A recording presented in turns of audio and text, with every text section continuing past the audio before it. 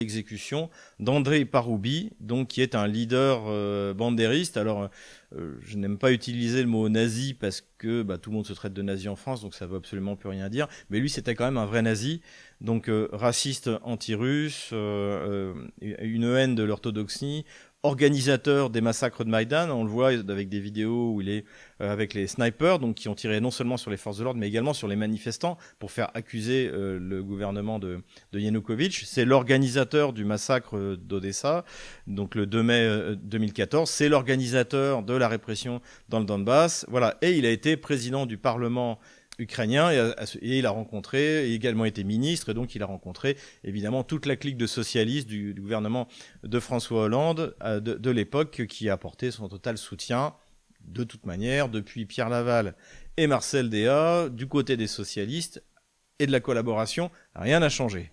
Ce qui est intéressant, c'est que la thèse initiale, et qui d'ailleurs honnêtement je n'aurais pas rejeté, je voyais ça finalement soit comme une vengeance de la résistance ukrainienne pro-russe, soit comme une opération des services secrets russes, mais c'était moins probable puisque en fait Paroubi est sorti de la vie politique ukrainienne. Il était toujours député, mais on le voit apparaître en 2022, si vous vous souvenez, il est en uniforme avec son pistolet, là, sa Kalachnikov.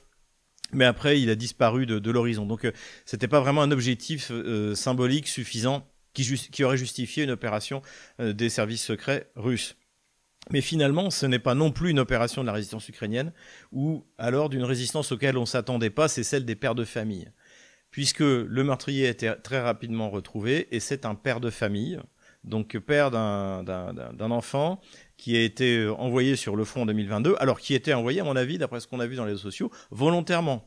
Il n'était pas du tout pro-russe, il n'a pas été envoyé malgré lui, il était plutôt du côté du régime de Kiev. De toute manière, ce sont des habitants de Lvov, donc on est au cœur du bandérisme, c'est le cœur de la secte Ouniat. D'ailleurs, Paroubi a été enterré à l'église Ouniat, et donc a priori, c'est plutôt une famille qui est russophobe, voilà. Le problème, c'est ce qu'a dit ce père, qui a été rapidement interviewé. Le problème, c'est qu'il veut retrouver le corps de son fils.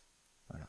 Et là, on rejoint, si vous vous souvenez, la vignette que j'avais faite, j'en avais parlé les Antigones de Kiev, ces femmes ukrainiennes qui veulent qu'on leur dise où est le corps de leur fils et de leur mari. Et évidemment, le régime de Kiev ne veut pas le dire, parce que s'ils sont morts, il faut payer une pension. S'ils ont disparu, on ne paye rien.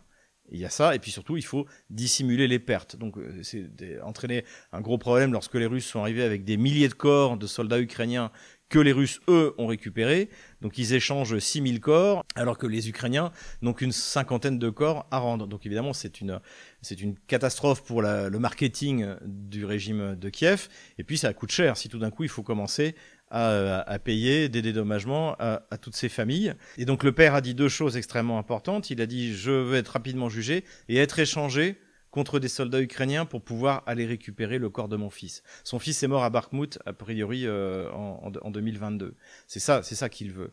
Et quand on lui a demandé pourquoi est-ce qu'il avait tué Paroubi, il a répondu « parce que je vivais à Lvov et que lui vit à Lvov. Si j'avais vécu à Vinnytsia, j'aurais tué Poroshenko, l'ancien président, donc qui a déclenché les opérations de représailles dans le Donbass en 2014.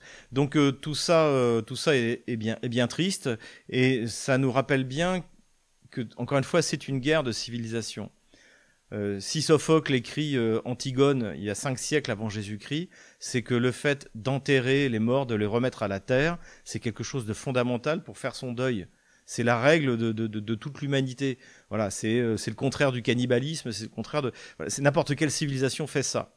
N'importe laquelle, sauf l'Occident dégénéré en Ukraine. Et c'est là-dessus quand même que je vous invite à méditer pour comprendre ce contre quoi on se bat dans cette guerre finalement de la civilisation européenne chrétienne contre les sauvages de l'Occident dégénéré.